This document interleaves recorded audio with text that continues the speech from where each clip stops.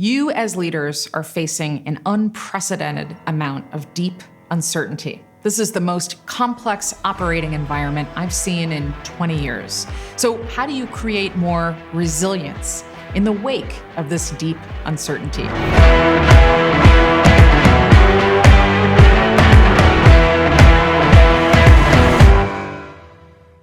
First of all, leaders should be resilient themselves. And that's why it's very necessary to find some resilient tool which could give them strength to work. So it's very important for leaders to understand that many things depend on them. Developing resilience is so important if we're to keep going and really make a difference in these very difficult times. How do you do it? I'm assuming you're already getting enough sleep and getting enough exercise, but if not, that's absolutely foundational. And then take time for yourself. Take time to connect the part of you that connects with joy, that connects to issues larger than yourself. Sing, dance, hold your children, go for a walk in nature, hang out with friends in a thoughtful way, pause. All these things are moments where you take care of yourself and refocus on what really keeps you whole and keeps you motivated. And it's absolutely critical to take the time to do so. That feeling that there's never enough time and you can never run fast enough and you've just got to do more, it's very corrosive. Take some time to touch in, to breathe. And when you've done that, then you can reimagine capitalism. So how do we reimagine capitalism? Well, fortunately, I have just, 10 slides, gives you the whole story. No problem, here we go. How do we reimagine capitalism? Well, first, we reimagine the purpose of the firm. The purpose of the firm is not to make money and maximize shareholder value. The purpose of the firm is to build a thriving and prosperous community. I think that one of the big challenges that is confronting people is anxiety.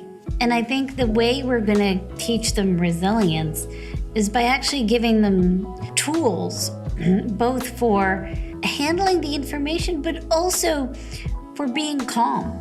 Knowing not to get too reactive as things are coming at you, and instead be able to say, okay, I don't have to respond to everything. I can be proactive about saying, here's what I want to pay attention to, and here's what I don't want to pay attention to.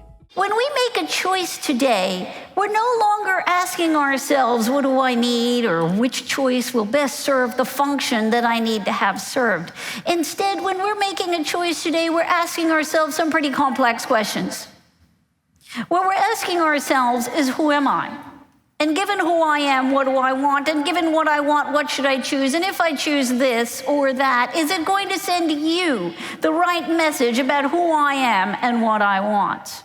Resilience and grit are often brought up as traits that are needed for today's leader, which I don't disagree with, but I think in our rapidly changing world over the next few years, the quality that is needed most, if you ask me, is agility. Take, for example, how artificial intelligence is about to disrupt the jobs market very, very drastically. As I always say, it's not AI that's going to take away someone's job. It's someone using AI that's going to take away someone else's job. Successful leaders today, if we teach them grit and resilience, would wait until that happens and then try to be resilient in the face of that change, while the correct answer is actually to observe that change and the fast pace of how our world is evolving around us and take the necessary actions on your tiptoes, really, to be able to respond before the event happens. There are lots of signals of change happening all around us, and if we just focus on being strong and resilient, I don't think we'll have a very big chance to succeed when those things actually happen. Can we please start talking about a universal basic income if a lot of us lose our jobs? Can we please start talking about, what will the taxation structure be for those who harness the power of artificial intelligence? Can we please start talking about initiating a conversation around the world that puts humanity on top of capitalism?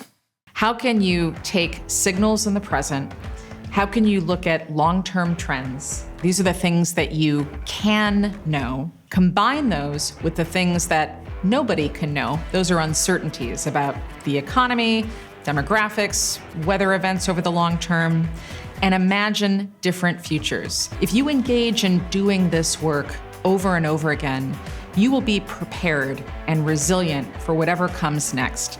The point of foresight and being a futurist is actually not to predict the future. You have to just instead be prepared, and to be prepared for anything that might come.